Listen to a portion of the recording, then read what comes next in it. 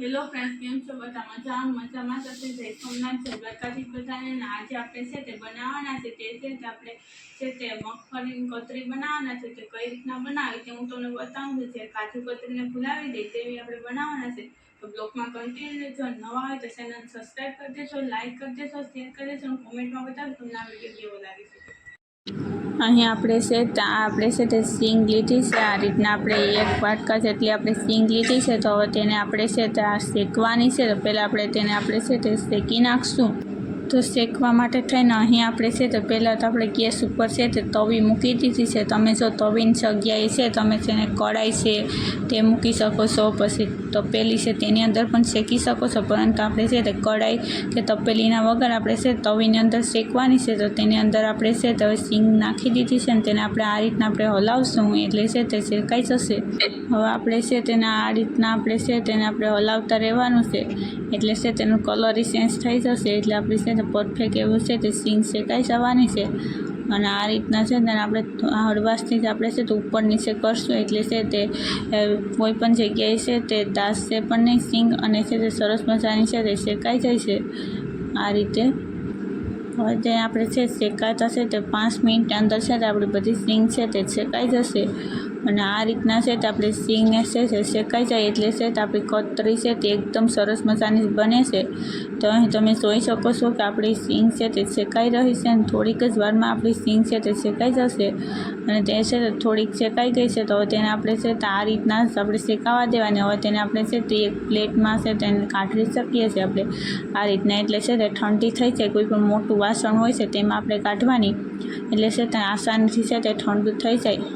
ને હવે તમે જોઈ શકો છો કે આપણે છે ત્યાં કાઢી લીધી છે સિંગને તે ઠંડી થઈ ગઈ છે. તો હવે તેને આપણે છે તે આપણે આ રીતના આપણે કરશું એટલે છે તે આસાનીથી છે તે ફોતરી છે તે પડી જાય છે. તો એમ કે ઠંડી થઈ હોય એટલે છે તે આસાનીથી ફોતરી પડી જાય છે. તેને આપણે 2 હાથની મદદથી છે તેને આપણે ફોતરીને છે તે પાડી લેવાની છે આ રીતે. અને આ રીતના આપણે છે તે બધી છે તે ફોતરી છે તેને આપણે પાડી લેશું. અને આપણે છે તે આ રીતના આપણે ફોતરી પાડ્યા બાદ તેને કઈ રીતના છે સિંગથી આપણે અલગ કરવી તે હું તમને બતાવું છું. તેના માટે થઈને એક સરળતાથી આપણે છે તેને ફોતરીને નોખી પાડી શકીએ તે આપણે ઉપાય તમને બતાવું છું. તેના માટે થઈને અહીં આપણે છે તે જારો લીધો છે. જે ભજીયા કરવા માટેનો જે જારો હોય છે તે લીધો છે ને તેની અંદર આપણે બધી સિંગને નાખી દેવાની ફોતરા સાથે. અને તેને આપણે છે તે આ રીતના કરશું એટલે છે તે ફોતરા છે તે નીચે નીકળી જશે અને આપણી સિંગ છે તે છે તે ઉપર જ રહી જશે. એટલે છે તે આપણી સિંગ મતલબમાં ચોખ્ખી થઈ જશે. આ રીતે તમે જોઈ શકો છો કે આપણે છે તે નાના છોકરા પણ છે તે કરી શકે છે. આ રીતના આપણે છે તે કરી નાખ્યું છે. તમે જોઈ શકો છો સિંગ એકદમ ચોખ્ખી થઈ ગઈ છે. તો તેને આપણે ફરી પાછી છે તે એક પ્લેટમાં કાઢી લેવાની. ને હવે આપણે છે તે આપણે આગળ કઈ રીતના કરવાનું છે તે હું તમને બતાવી દઉં છું. કેમ કે આપણે આગળ આપણે છે તો હવે તેને મિક્સર જારની અંદર આપણે નાખી દઈશું. તેને આપણે છે તે એકદમ છે તે ગ્રાઇન્ડ પાવડર કરવાનો છે. કેમ કે આ પીસાઈ જશે એટલે એકદમ છે તે સોફ્ટ એવું આપણી છે તે કતરી બનવા માટે થઈને રેડી થઈ જશે પાવડર. હવે તમે જોઈ શકો છો કે આપણી છે તે પીસાઈ ગઈ છે સિંગ. તો એકદમ ઝીણો એવો પાવડર થઈ ગયો છે. તો હવે આપણે છે તે આગળ છે તેને આપણે એક પ્લેટમાં કાઢી લેવાનું. ને હવે છે તેને અંદર આપણે છે તે આગળ કઈ રીતના કરવું તે હું તમને બતાવી દઉં છું. તેના માટે થઈને અહીં આપણે એક કઢાઈ લીધી છે અને તેની અંદર આપણે છે તે ખાંડ નાખવાની છે. ખાંડ અહીં આપણે છે તો અડધા કપ જેટલી આપણે ખાંડ નાખવાની છે. કેમ કે સિંગ હોય છે તેનાથી આપણે અડધી આપણે ખાંડ નાખવાની.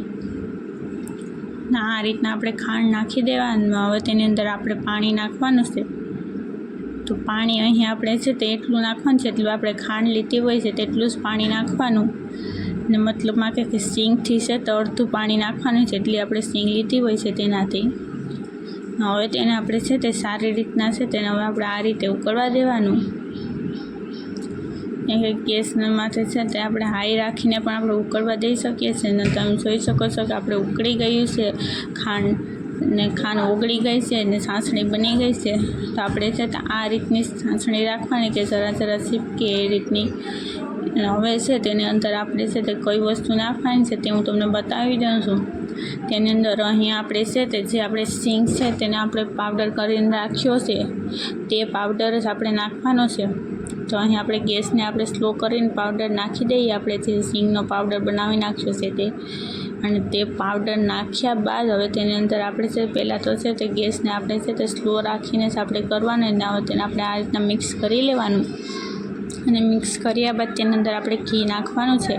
તો અહીં આપણે 1 ચમચી જેટલું આપણે ઘી નાખશું, જેથી કરીને કઢાઈમાં છે તે છોટે નહીં, એટલા માટે થઈને આ રીતના હવે તેને આપણે છે તે ગેસને આપણે હવે હાઈ કરીને થોડી વાર માટે થઈને આપણે શેકી લેવાનું. પાવડરને સિંગના પાવડરને ઘીની સાથે અને સાસણીમાં સરસ મજાનું મિક્સ થઈ જાય એટલા માટે થઈને હવે તમે જોઈ શકો છો કે એકદમ છે તે મિક્સ થઈ ગયું હશે. તો હવે છે તેને આપણે છે તે આપણે નીચે ઉતારી લેવાનું છે. તો તેના માટે થઈને પહેલાં ગેસને આપણે છે તે ઓફ કરી દેવાનું, અને ગેસને આપણે ઓફ કર્યા બાદ થોડી વાર માટે થઈને હલાવવાનું ગેસમાંથી, પછી તેને આપણે નીચે ઉતારી લેવાનું છે. તો અહીં આપણે છે તેને હવે આપણે છે તે નીચે ઉતારી લેવાનું છે આ રીતે. અહીં તમે જોઈ શકો છો કે આપણે ગેસને આપણે ઓફ કર્યા બાદ તે એકદમ છે તે ઠંડુ એવું છે તે થઈ ગયું છે, મતલબમાં કે આમ મિક્સ થઈ ગયું છે. તો અહીં આપણે એક કાગળ લીધું છે, તેની અંદર આપણે ઘી લગાવી દઈએ આ રીતના. આપણે છે તો તેની અંદર આપણે 2 થી 3 ટીપા જેટલું આપણે ઘી નાખી અને તેને આપણે મિક્સ કરી અને કાગળમાં ફરતે છે લગાવી દેવાનું, મતલબમાં કે આ રીતે, જેથી કરીને આપણે નાખીએ છીએ સિંગનું પાવડરનું મિશ્રણ તે છે તે એકદમ સરસ મજાનું છે તે શેપ આપી દે અને તેને છે તે ચોટે નહીં કાગળમાં, એટલા માટે થઈને આપણે ઘી લગાવવું પડે. હવે છે તેને આપણે ઘી લગાવ્યા બાદ હવે તેની અંદર આપણે છે તે નાખી દેવાનું છે જે અહીં આપણે છે તે મિશ્રણ રાખ્યું છે તે શેકી ગયેલું, તે કતરીને આપણે છે તે નાખી દીધી છે. ને હવે તેને આપણે છે તે સરસ મજાનું છે તેને આપણે આ કોરથી ડબલ સાઈડથી આપણે ફોરવર્ડ કરી નાખવાનું આ રીતે, એટલે છે તે આપણે એકદમ શેપ આપી દેશે. કતરીનો જે શેપ માટે થઈને આપણે રેડી કરવાની હોય છે તે આ રીતના તમે જોઈ શકો છો. અને જે આ રીતના તમે કરશો તો છે તે ચોક્કસ છે તે બધા લોકોને ભાવશે પણ. અને કાજુ કતરીનો શેપ જે હોય છે તે શેપની જ આપણી છે તે આ મગફળીની કતરી બની જાય છે. અહીં તમે જોઈ શકો છો કે તેનો છે તે એકદમ શેપ છે તે આવી રહ્યો છે. જેમ ઠંડુ પડે છે તેમ છે તે શેપ તેનો આવતો જાય છે. તેને આપણે આ પ્રોસેસ 5 મિનિટ માટે થઈને કરવાની. પછીથી તેને આપણે છે તે એક પ્લેટની અંદર કાઢી લેવાની છે. ઘી લગાવી લેવાનું પહેલાં તે એક પ્લેટની અંદર, પછી તેની અંદર આપણે કાઢવાની. અહીં તમે જોઈ શકો છો કે આપણી છે તે 5 મિનિટ થઈ ગઈ છે અને અહીં આપણી છે તે એકદમ સરસ મજાની છે તે કતરીનો શેપ આવી ગયો છે.